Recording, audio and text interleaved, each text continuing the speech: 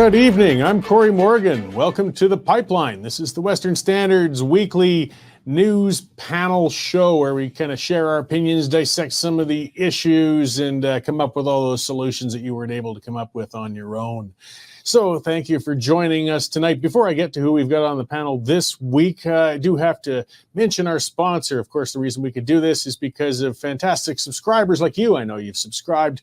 And as well, these sponsors, the Canadian Shooting Sports Association. They've been sponsoring us for a long time, and they're a fantastic group. If you own firearms, you plan on owning firearms, you support the right of others to own firearms, you got to be a member of these guys. They stand up for your rights. You got a government that really wants to take away your ability to enjoy firearms. And if you don't, you're going to lose that right. So check them out, guys. They got all sorts of other resources there too, like any other association would, whether it's to sporting events and things such as that. Canadian Shooting Sports Association. Their website is cssa-cila.org, or just Google them, check them out, take out a membership. It's well worth it. It's an investment in yourself. All right. Let's get on to who our panelists are today. I neglected improperly introducing you guys last week, so I won't be so rude today. I'll start with Nigel. Though our opinion editor, Nigel Hannaford, is at the end of the table this evening. Thanks for coming in to talk to us. It's always a pleasure. I'm at the end of the table because damned energy reporters scooped my seat. Yes, well, it's a first come, first serve. We're merit-based around here. Normally I've got Dave on this. All right.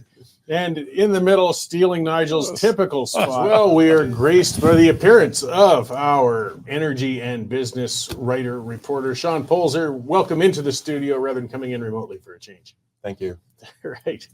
So we got lots to cover as always. We've only got 3 subjects we're really going to hit, but they've got a lot within them. I guess we'll start with you, Shaun. I mean, we saw the story in the Western Standard, and it's up there, westernstandard.news. Trudeau's not following up on his deal with Jagmeet Singh. Like, what have we got going on here? That's a very interesting conundrum, I would think, because on the one hand, you have the Prime Minister is not following the deal, and then on the other hand, you have the NDP leader that's not pulling the pin on the deal and seems to be kind of going along with it. So we kind of had this discussion in the morning meeting that what would it take to bring down the government and trigger off an early election? And I think the consensus was a leadership crisis, wouldn't it? Well, that's certainly one aspect of it. I mean, just for background here, for people who don't follow this stuff quite as closely as we do, at the end of at the 2021 election, the Liberals, led by Mr. Trudeau, came out with less than a majority. It is 338 seats in the House. They had 160. So they could have carried on as a minority. I mean, Harper governed with less, but they did this deal with the NDP for the sake of assurance and comfort. And the NDP had 25 seats. So the 160 plus the 25, now they've got a comfortable operating majority. But the deal was that by December the 31st of this year, there would be legislation for pharmacare. That's what the NDP said was their position. Singh didn't ask for, or he said he didn't get a position in cabinet, which a lot of his members said, well, if you're going to make what's effectively a coalition with the Liberals, then you should at least be in the cabinet. But no, they didn't get that. But they said there would be that there would be a pharmacare deal. Well, it's not here. Parliament wraps up at the end of next week, and there is no time in the 11 days for them to get that done. The thing is, though, I don't think the Liberals can ever have really meant to get it done because they have had control of the parliamentary calendar ever since the election. So it's more than 2 years. If they meant to keep that deal, they would have got it on the table. They would have got it into the House. They would have got it through the 3 readings, Senate approval, and royal assent, like a number of other things that they have done, but they didn't do it. So my suspicion is that they never meant to do it, but they were glad to have 2 years of peace, of reasonable assurance to get them through, and or 2 years, for 2 years. So what strikes me as strange is how little fuss the NDP seem to be making about it. I mean, I would have expected that they've been screwed, so they would be complaining about it. They'd be angry press conferences condemning how untrustworthy the Liberals were.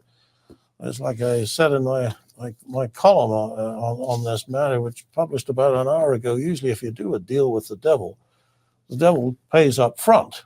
I mean, it all works out terribly for you later, but meanwhile, you do it. They didn't even get that. So they have been totally hosed. They know it, but they're not complaining about it. So what's going down? I suspect that Mr.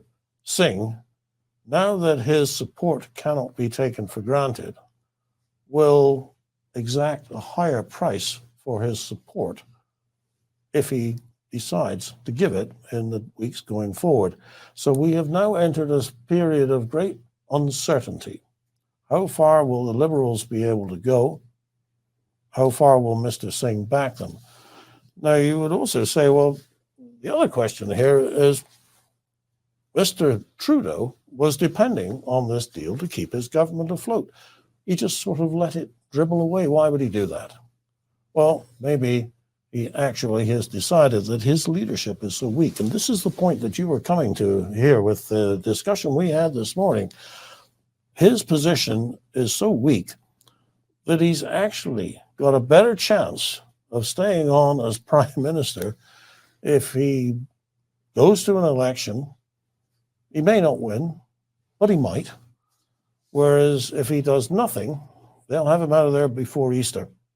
The support within the Liberal Party for Mr. Trudeau right now is very, very low. And I think that he's vulnerable to a coup. A possible election is his easiest and best chance of staying on for a little longer. Well, I think the person who has the most to lose, if the deal falls apart, is actually Jagmeet Singh, because he's kind of in the driver's seat right now. He's got a lot of influence within the Liberal government, and as long as he props it up, then he gets to be the de facto deputy prime minister. If he lets it slide and the Liberals lose, I don't agree with you. I mean, they've taken him for granted for 2 years. Doesn't matter what he wants. He wanted this, he didn't get it. Now, if it doesn't suit Mr. Trudeau to be brought down on any given day in January or February, they may actually have to listen to what Jagmeet Singh wants. He's in a better position now than he's been for quite a while because he's not bound. Up until now, he's been bound. His silence has been deafening, though. I mean, perhaps he's been complicit. I mean, he knew this bill isn't forthcoming. Why didn't he speak up a month ago, 2 months ago, when he would draft it, or even draft a private member's bill from the NDP and say, here, and if you guys don't support it, then our deal is off. Yep. I don't know about him being screwed so much as just being over a barrel.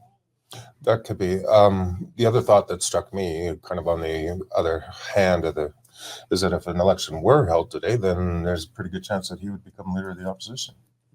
Mr. Singh. Yes, and so I guess the question is does he want to be in a supply and confidence arrangement with a minority government, or does he actually want to be the opposition leader? I don't know if what suits his purposes more.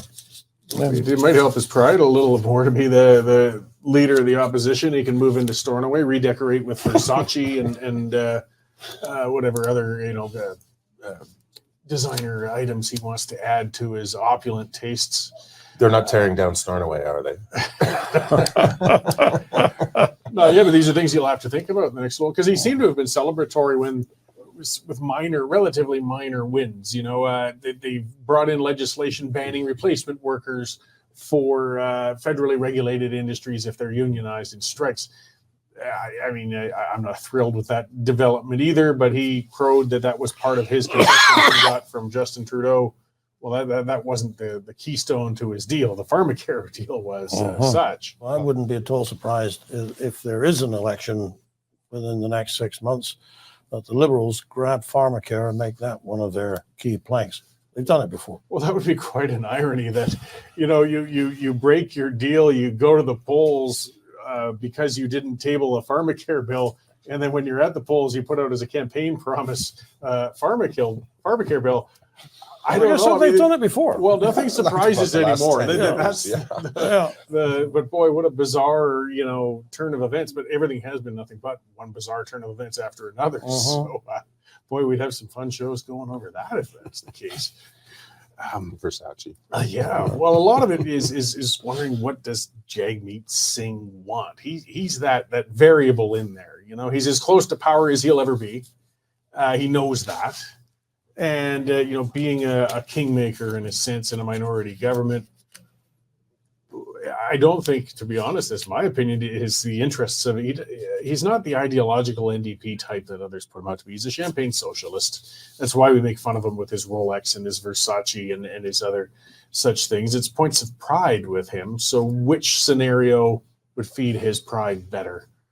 Leader of the opposition or being Trudeau's second, lieutenant in the government, I guess you could say. I can't imagine that for the past 2 years he's had much that he feels very proud of. I mean, you mentioned a couple of things there, but like, where's the suspense? Where's the drama? That he's going to back the government, so the government does what it wants to do. And it's all been on the basis of this promise that it would appear was never meant to be kept. Well, and at some point, if the fate of the Liberals keeps on going down, you'd have to think that it's going to drag down the NDP with them. Like, there must be some point where he starts to wonder about, maybe it's just better to cut this guy loose. There's a credibility issue. Oh, there certainly is. But I mean, this is how the Conservatives won their 2011 election. The election that gave them the majority is when the left-wing vote went so far to the NDP. You remember the Orange Wave and that sweep through Quebec, and people who just allowed their names to sit on an election ballot for the sake of party unity. The one woman won. She didn't even speak French, and she took a Quebec seat. Well, that's right. She was down there playing the slots in Las Vegas, and got this phone call. You've just been elected. But what? No, you're kidding me. But it was true. She was, and she wasn't the worst of the NDP MPs either. So it's, but that's when the left wing vote splits. If it all goes to the Liberals, it'll never all go to the NDP. But the Liberals really grabbed that vote back in 2015 from the NDP. And then they were able to form their own majority government. But they've been losing it.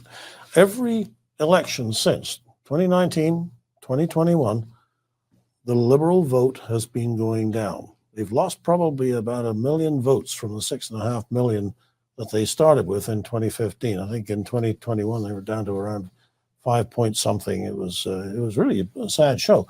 The NDP, meanwhile, has been holding steady, and the Conservative vote has been coming up. So I think we're now ready to just 10 years, it's 8 years, but it's getting to that. So there's got to be pressure coming from within the NDP too, though. I mean, they're hardcore supporters. Their stalwarts are very ideologically driven. They joined the federal NDP on principle, knowing that the odds of their party ever forming a majority power structure are very slim. They want to win on their points of principle, get their things done. And they're not like conservatives. When conservatives are upset with our leaders, we know, because they're screaming it on every rooftop and every corner and cutting it down.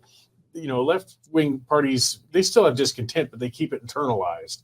There's got to be some that are saying to Jagmeet, that's enough pragmatism. We've got to start making a stand. There's got to be closed-door pressure coming upon him. I think maybe that's going to swing him to start making solid demands. Like, okay, pharmacare now. That's it. That was the deal. Yeah.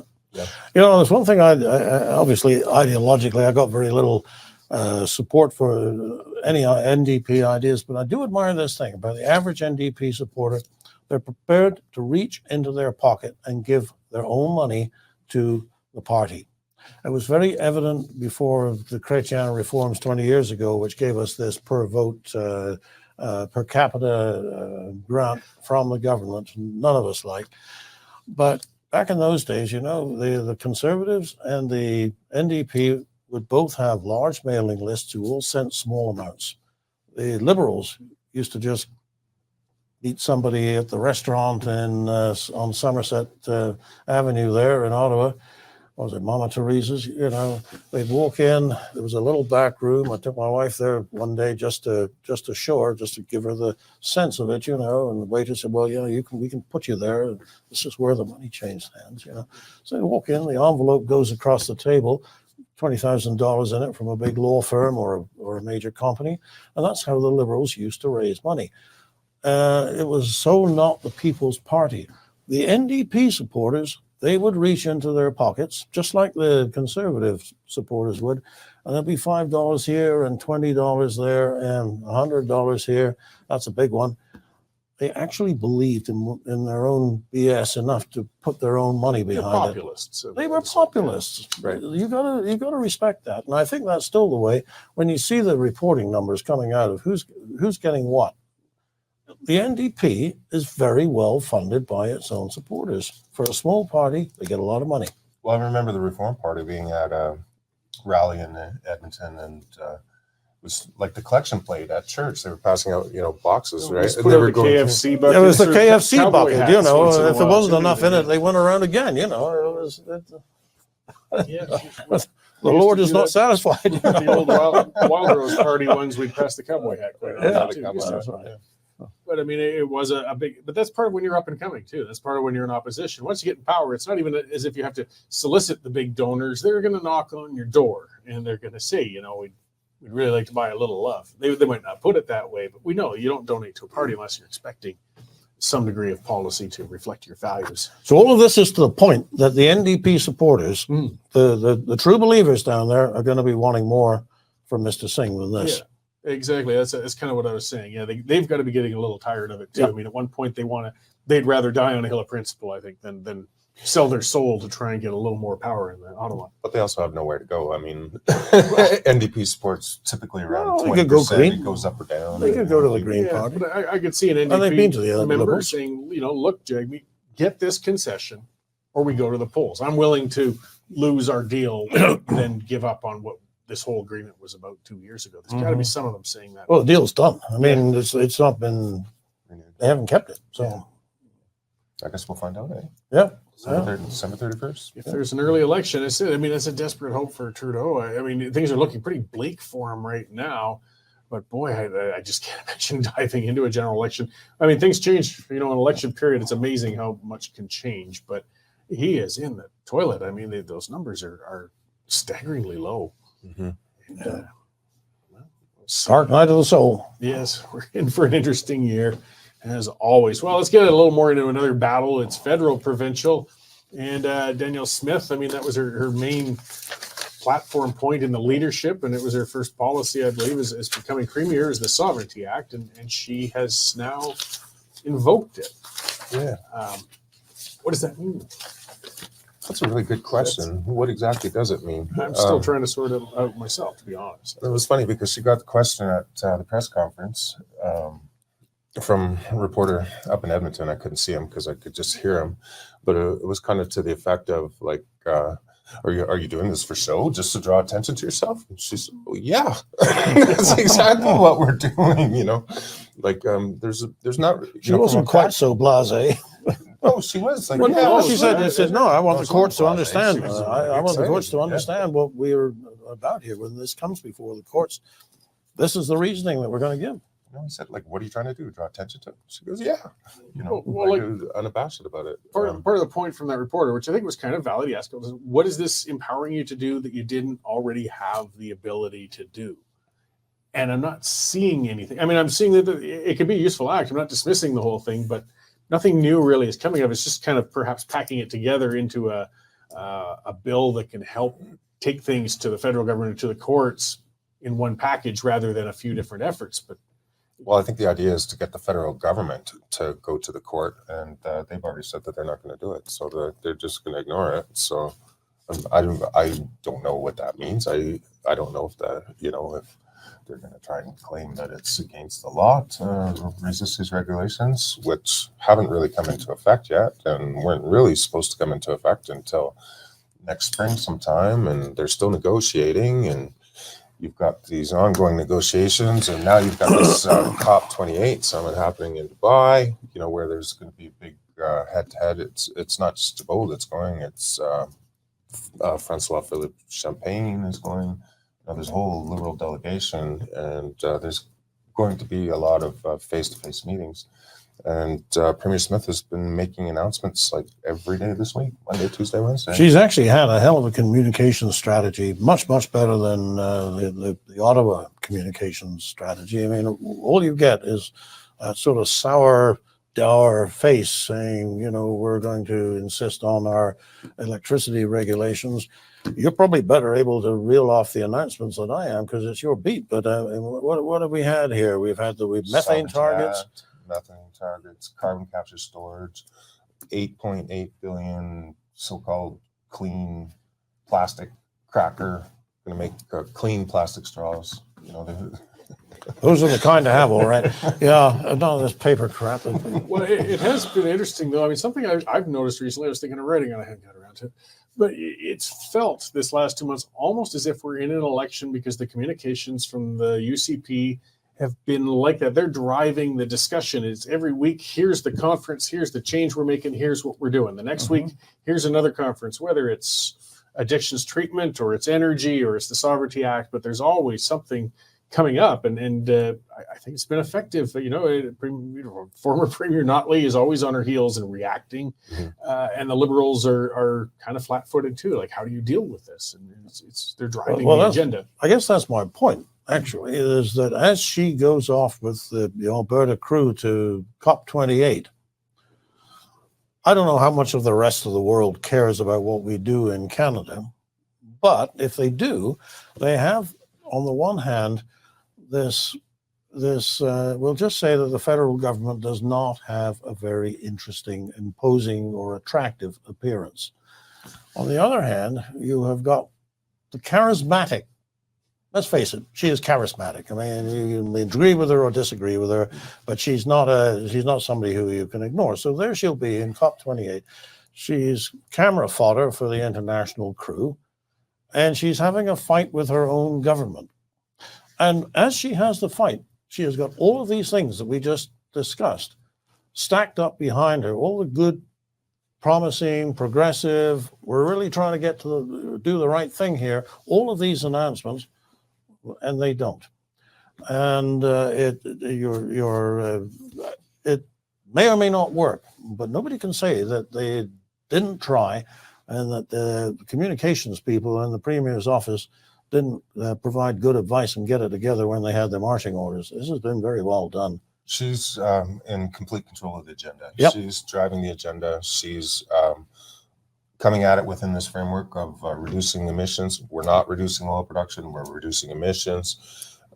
She spoke at an industry luncheon on Friday, and even there, the hosts are already describing her as a transformational leader, like a once-in-a-generation kind of person that's come along. She's done her homework. She's completely up on the issues. She's on the file. She understands it. She knows the people. She's on the ground.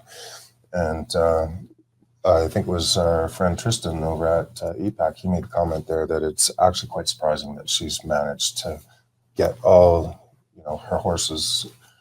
Well, he is only surprised because he didn't know her before. Oh, really? But he said if you've ever seen it, she's done it so fast. Yeah, but remember what she was like on the radio? Remember what she was like on the Herald editorial board?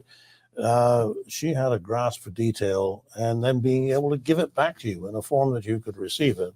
Just left hostile interviews kind of flat-footed and wishing they hadn't come. And she was also polite about it.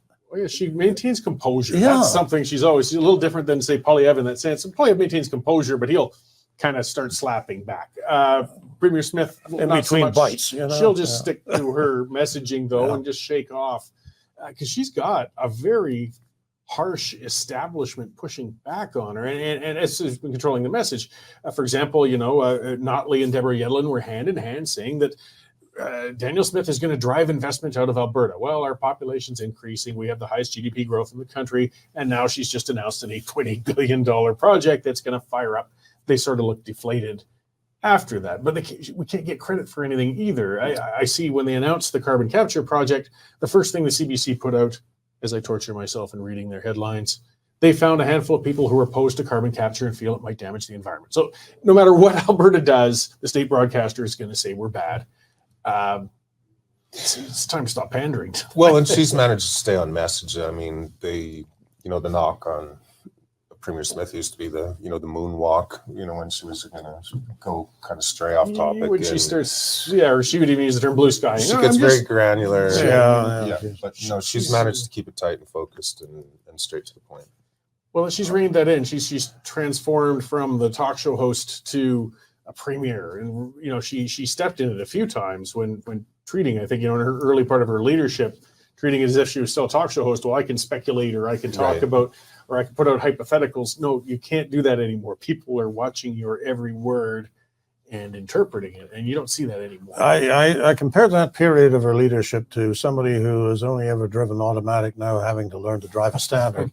But the point is, she's got the hang of it now. Oh yeah, she's certainly bright enough to to talk about somebody who's been able to transform herself. I mean, yes, from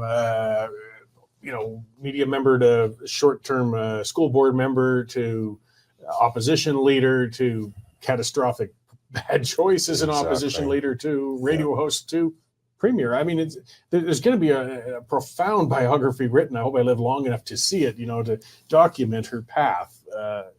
And she's still young. You'll be writing it.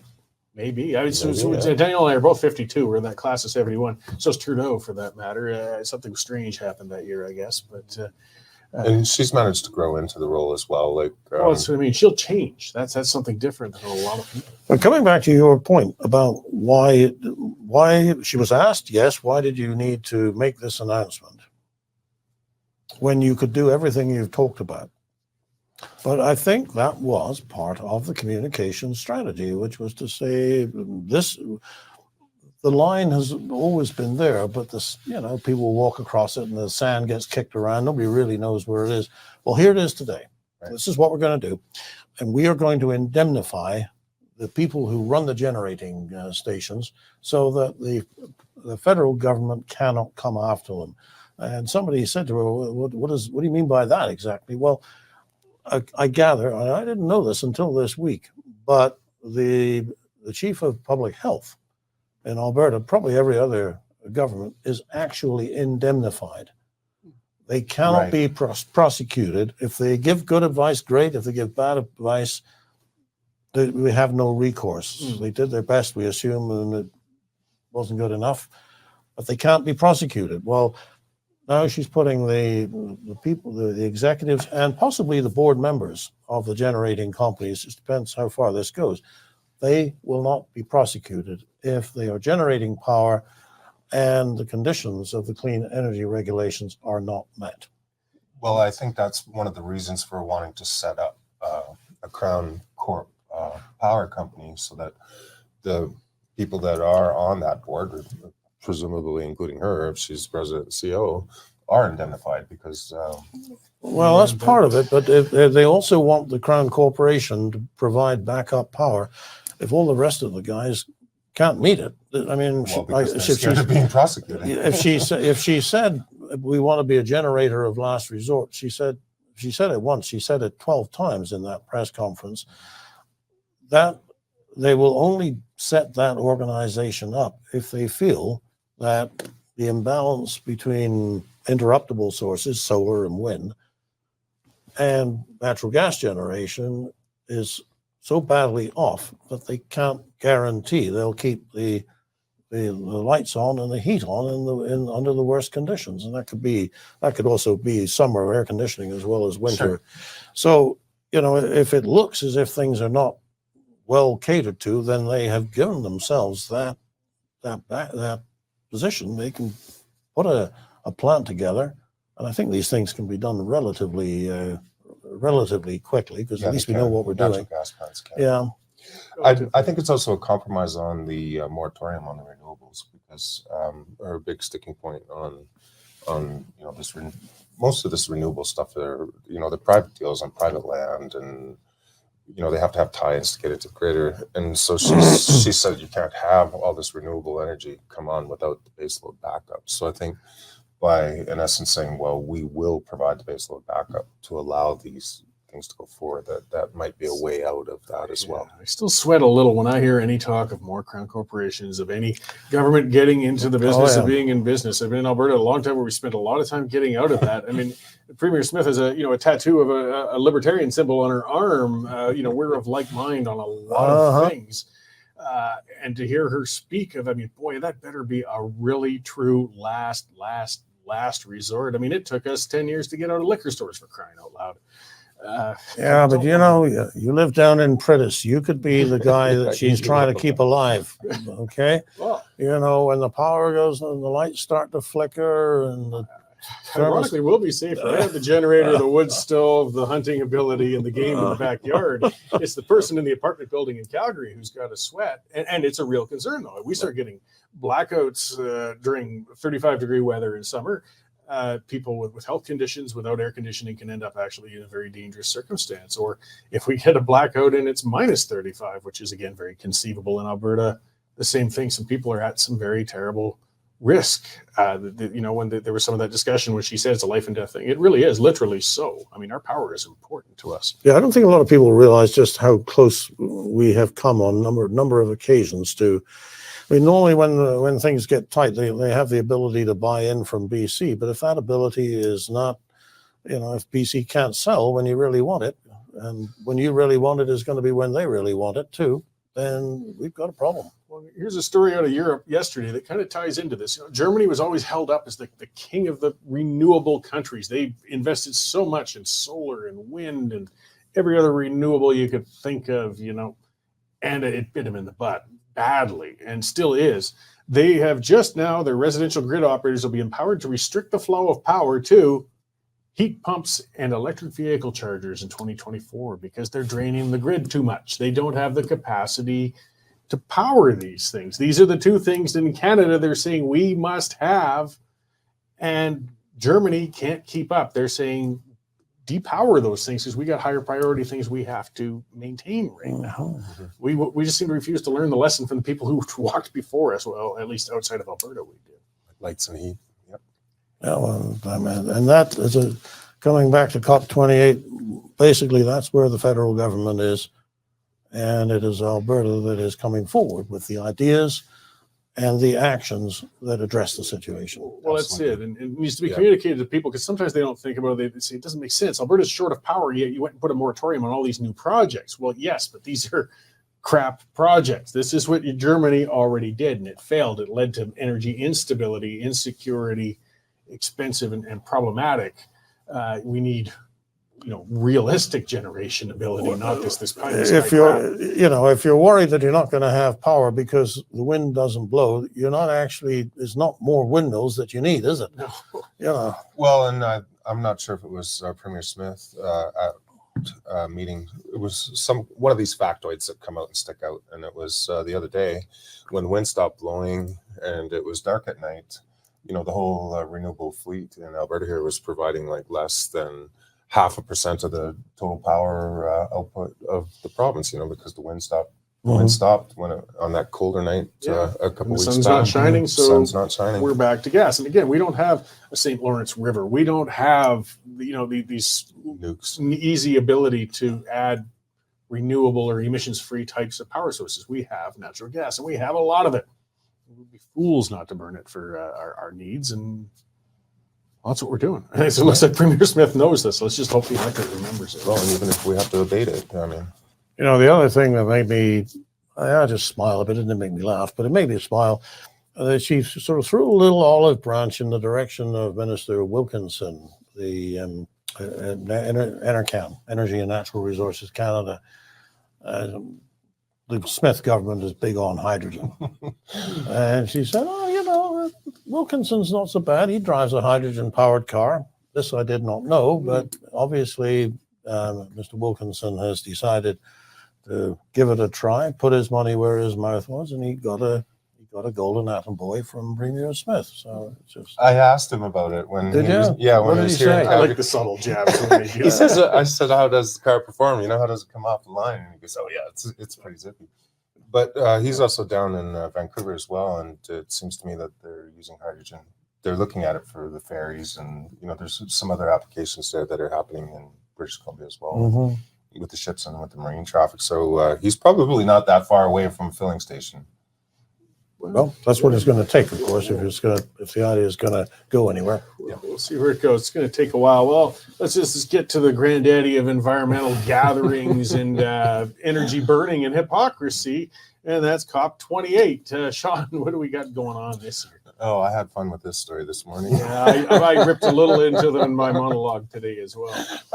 A private jet concierge, complete with bodyguards and security and VIP shuttles to and from the airport to the hotels, and catered vegan meals, and we've got King Charles III, and we know, I know you're a monarchist, but we also know that Charles is very, he's taken a fondness for environmental causes, and Bill Gates is going to be there, and John Kerry, and Al Gore, it's going to be a who's who. St. Greta is going to be there. I don't think she's going to be flying in on a private jet. I don't think she takes private jets. We'll see. She's not flying coach. Probably not. I don't think she can anymore. And there's no sailboats. Yeah, and I don't think King Charles will be using the concierge either. That'll be he's got the MI6. Well, it'll be something from the King's flight. I don't know what they'll use, but it's obviously going to be a fairly substantial aircraft. But he will come in a royal plane. In style. Aside from the usual international, luminaries and such that we expect and anticipate to show up in the politicians and environmental leaders and literal royalty, 70,000 people. How many people do we need to stuff into one city to navel gaze for 2 weeks and tell us how to tighten our belts? Well, it's almost doubled over the past 3. So they have these conferences every year. And the reason Minister Jabot is taking such a prominent role, because he was handed off at COP27, some kind of a ceremonial role, similar to the one that he had with the Chinese Communist Party to organize it and get it all together. You should probably enlarge on that slightly. Not everybody knows about his association with the Chinese Communist Party. Well, apparently it was some kind of a ceremonial role to help them advise on their own emissions, but it was pretty top. It's pretty top down, right? Let's face it. These are not grassroots rallies or organizations. They are, dominated by elite. It's just an odd position for an elected official in Canada to hold. Yes, not anymore. And now that so word has come out as well, because the head country, Dubai, the guy who's the host is also the head of the state oil company there, and they're looking to do deals, like literally tens of thousands of deals, oil and gas deals, fossil fuel deals, with countries including Canada. It's almost like an OPEC conference. I mean, it's going to be some of the same guys getting together, but just the staggering hypocrisy. Are people ready to start seeing through this yet? I had to pull up this tweet. I just laughed my head off at it. There's Sephora Berman, the environmental crusader, throws out this tweet yesterday. Got into Dubai late last night. Opened my curtains in my hotel this morning to find what I now know is the largest single-site natural gas power generation facility in the world. Fitting, I'm going to have to stare at this through the haze of pollution for 2 weeks. You flew there. You went to an energy capital, a desert country that you knew was nothing, and then you're just going to whine about the view out of your luxury apartment for the next 2 weeks? Oh, well, I feel terribly for you. By the way, if you've got air conditioning, and I'm sure you do, madam, if you didn't, you'd be able to fry an egg on the patio without a frying pan. So be grateful for that. She envisioned slaves with Paul Franz. And I'm sorry, but I'm just segueing into some of the labor practices of Dubai. They aren't exactly sweethearts with human rights and labor and any of that. There's the other realm of hypocrisy. You're going to one of the nastiest nations on earth and pouring money and legitimacy into this government that still has floggings and stonings. I don't know if Dubai has the floggings and stonings. I looked it up. Saudi Arabia they do does, actually definitely. in Dubai. The odd thing is they rarely do capital punishment in Dubai, but they have floggings, stonings, and Sharia law entrenched in their courts, and they'll make you wish you were dead. But they do have. I think the difference between Saudi and Dubai is that Sharia law only applies to Muslims in Dubai. But anyway, that's regardless. Either way. But I've been to the Middle East. They are a democratic country that respects human rights. And you wouldn't have fresh food without refrigeration. No. You wouldn't have water without desalination. You definitely would not be able to exist for 9 months of the year outside, without air conditioning. Like you can barely go for a walk on a nice evening unless it's like in the middle of December. Yeah. So, I mean, if these guys are going to virtue signal, I would just, particularly as progressive bunches, you would think they would say, well, like Glasgow, okay, it's a democratic country. And that was last year's gathering spot, I believe. And there's not tremendous human rights abuses or such conspicuous consumption of fossil fuels. But they went right into the heart of it this time around, and apparently it's not an issue with or you could be like Sephora and actually complain wasn't it Sharm el Sheikh last year? Yeah, it was Egypt last year. It was in Egypt. Sorry, okay. Yeah, it was Egypt. Track of these 26. Yeah. And the labor practices too. Like it's almost all foreign imported labor because the locals don't work. No. So they import all the labor and they're denied basic rights like citizenship rights or treated terribly, and they've been I don't chased. They're paid well, but compared to where they're coming from, they're taking advantage of people coming from some pretty rough spots. I mean, when you're coming from the depths of Sri Lanka or something, then housekeeping staff. Your job might seem a little better when you get over there. Jeebers, Cory, I think you're just mad that you didn't get to go. If I got someone paying my bills to go live in opulence for 2 weeks, I'm going to do it, but I'm not going to be a hypocrite about it.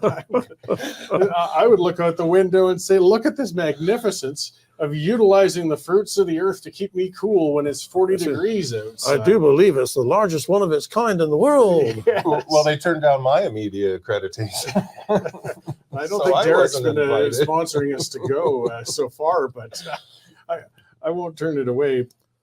But the other part, and I asked about too, how are they really getting much accomplished when you've got 70,000 people there? I mean, there's going to be some of the high-level dignitaries will have private meetings and cut some deals. Ironically, as you said, probably oil companies and things such as that. But are they really going to come up with decent environmental policies or any significance that they couldn't have done outside of this gathering? Well, apparently a couple of the issues are third world financing. So I think Indonesia just signed a $60 billion deal, and I think it was Madagascar, another $80 billion to electrify their grids. But what they're forcing these developing countries to do is to go massively into debt. One of the things that John Kerry is apparently pushing for is a reparations fund that's going to redistribute money. The UN wants. They're estimating it's going to cost about $122 trillion to revamp the electrical systems around the world, and the biggest chunk of the bill is going to be in these countries that can barely afford to even turn the lights on now. Yeah, so, the leadership in Dubai probably isn't going to be switching their power sources anytime soon. Probably not. No, I would imagine. Well, they nosh on catered vegan meals. Vegetarian and vegan. Over 50% of the meals are going to be vegan and vegetarian, certified recyclable packaging. Yeah, and imported by plane and refrigerated. Again, as I've said, I didn't crunch the numbers, but I figured these 70,000 delegates will consume more resources in every kind and sort over the next 2 weeks than some small countries do as a whole. It's just overwhelming hypocrisy. It just drives me bananas. Well, how many people live in Red Deer? We were trying to. We never did look up. It's got to be pretty close to about 70,000. Yeah, but they're eating craft dinner. They're not having some vegan imported caviar. Not Red Deer. Vegan caviar. Yeah. Oh boy! But I mean, we can hopefully look forward to some fireworks. It would be interesting if Premier Smith and Guilbeault have some fireworks over there. Well, I don't think she's ever been to the Middle East. I think she was saying, she doesn't normally go to these kinds of conferences, and so she's probably going to get an eye opener. Well, the first thing as she steps off the plane, it's like somebody holding a hairdryer in your face. That'll be her opener. That blast off and thing. Yeah, I had contracts in Texas-Mexico border in July in the past, and it's a special sort of heat when you get it. If you haven't experienced it. But again, I mean, there I imagine it's sort of like when I used to get my Arctic contracts too. Yeah, it's awfully cold out there, but you're getting off of the plane, into your truck, into the camp, into your nod well. You're rarely exposed to the elements for too long. And it's also late November. Yeah. Into your Nodwell, doesn't it? Do we still have Nodwells? I don't know. They did the last time I was in the Arctic, but it's been a while. I was going to say, that's a few years ago, man. Yeah, that's what we were He was still a using. Calgary boy, wasn't he? I, Nodwell? those things, I think they're foremost industries that produces them, and I think it might be from out here initially. Yeah, I thought it was. Anyway. But again, I mean, specialized adaptive tools from oil and gas to get more oil and gas, and we see them in use in Dubai as they all gather and tell us why we're supposed to stop using oil and gas. So I'm just waiting for the camel shot. The camels, yes. camels. Oh, I'm just of the tourism. Well, Danielle Smith on camel. True. This is going to be a. Oh, this close to another starfish there. I kept that back. I didn't say anything. I'm not going to. In fact, we're pretty much at the end of the show. So before I get us in serious trouble, I think I will wrap it up. So thank you very much, Nigel and Shaun, and everybody else for tuning in. We'll be reporting on the progress of this conference and everything else going on in the future. Again, that reminder, get onto the Western Standard, take out a membership. It keeps us independent. That's how we can keep doing this for you. And, keep tuning into this show. Share those links, guys. We've got to spread the word. The government's not doing us any favors that way. So thank you for tuning in this week, and come back again next week at this time. We'll have a whole new set of issues to break down and chat about. Canadian Shooting Sports Association. Without the CSSA, our gun rights would have been taken long ago. These guys are on the front lines helping to draft smart and intelligent firearms regulations and legislation in Canada, and more importantly, educating the public about how we keep guns out of the hands of the wrong people. To become a member, it's absolutely worth every penny. You can become a Western Standard member for just $10 a month or $99 a year for